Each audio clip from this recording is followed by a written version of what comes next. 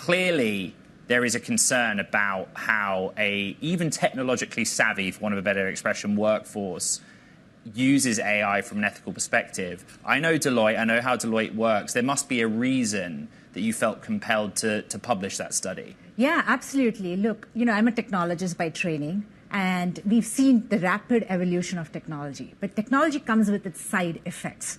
There are risks that come alongside it, and there's not as much focus put on the ethical risks or the trustworthy risks that come with technology. So we thought it was important to highlight it, raise the awareness, and really get companies to address the ethical risks so that we can truly get the full potential of AI. Beena, I'd say that the media, the discourse, the latest news has been doing a lot of the heavy lifting for you. I mean, we're just talking about the latest open letter. There has been a lot of hand-wringing about ethics, implementation of AI. We've also seen, of course, concerns about the latest image generation and whether or not, by trying to correct for one element of bias, they're overcorrecting in another direction and not getting historically accurate images out. Beena, I'm interested as to ultimately what CEOs are asking you that they can do to implement right here, right now. Do they slam on the brakes of using the latest ChatGPT or generative AI tool?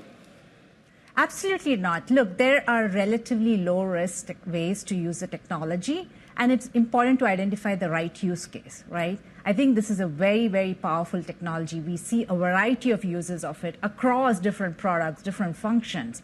It's about finding that right opportunity where you can get the maximum value while minimizing the risk. And what CEOs are looking at is how do you implement the right ethical policies and guidelines to get that maximum benefit while minimizing the risk. We're just showing a chart. Sorry, Ed. Oh, I apologise, Caroline. I couldn't believe what I just saw on that chart. Director Alice, if we can, let's bring it back. 84% of respondents said they're currently using AI. What for? I mean, think about all of the businesses that Deloitte works with, big and small. What do you mean 84% of them are using AI? It's, and I don't think it's generative AI specifically, which is the current flavor since the last 18 months. It's AI for predictive analytics, for maintaining your jet engine, for, from a finance perspective, from auto-approving expense reports, right? There are a lot of boring AI use cases that companies are focusing on and have been focusing on. Look, I myself have been applying AI for over 12, 13 years. Right? So generative AI is a current flavor, but when you see that number, it's really talking about how companies have been using AI for a much longer time. And now companies try and get in place the guardrails. Do you think we need more government-enforced guardrails, found in an executive order, for example?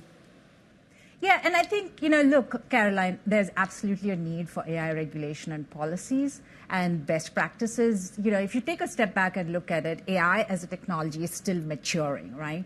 And there's a parallel stream, which is these ethical risks or nuances that come with using this technology. Call it the side effects. It's the impact to the workforce. It's the impact to the organization itself, right? And then the third stream is AI regulations and policies. And each one of these move at a different pace, but it needs to happen, and we've seen it across different industries happening over time. I think there is an acceptance that a lot of the focus is automation, right? Removing the role of a person that might have been mundane.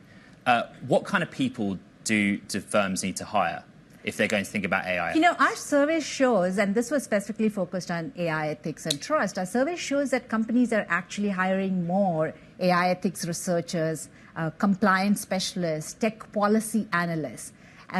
Over 50% of organizations are going for that ground level roles, and about 38% are going for chief trust officers or chief AI ethics officers. So there's really that need to focus on AI ethics research and bring it to an organizational and use case level.